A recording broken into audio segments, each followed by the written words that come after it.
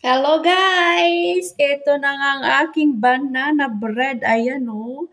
Perfect po ang kanyang pagka-bake. Ayan guys, marunong na talaga akong mag-bake. So malay natin, baka itong magiging business natin pag uwi sa Pilipinas, di ba? Tingnan yung kulay oh.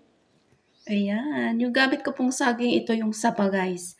Subukan nyo rin ang saba, napakasarap po. Parang wala din pinagkaiba pag yung ginamit nyo yung lakatan na saging. Ayan oh.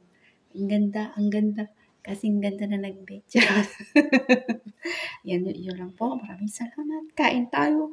Masarap ito sa kape, lalo na pag namimerienda ka. Ayan lang po. Picture muna. Ang okay, di ba? Hindi. Huwag kayong masyadong seryoso, no? Pag nagluto, ayan.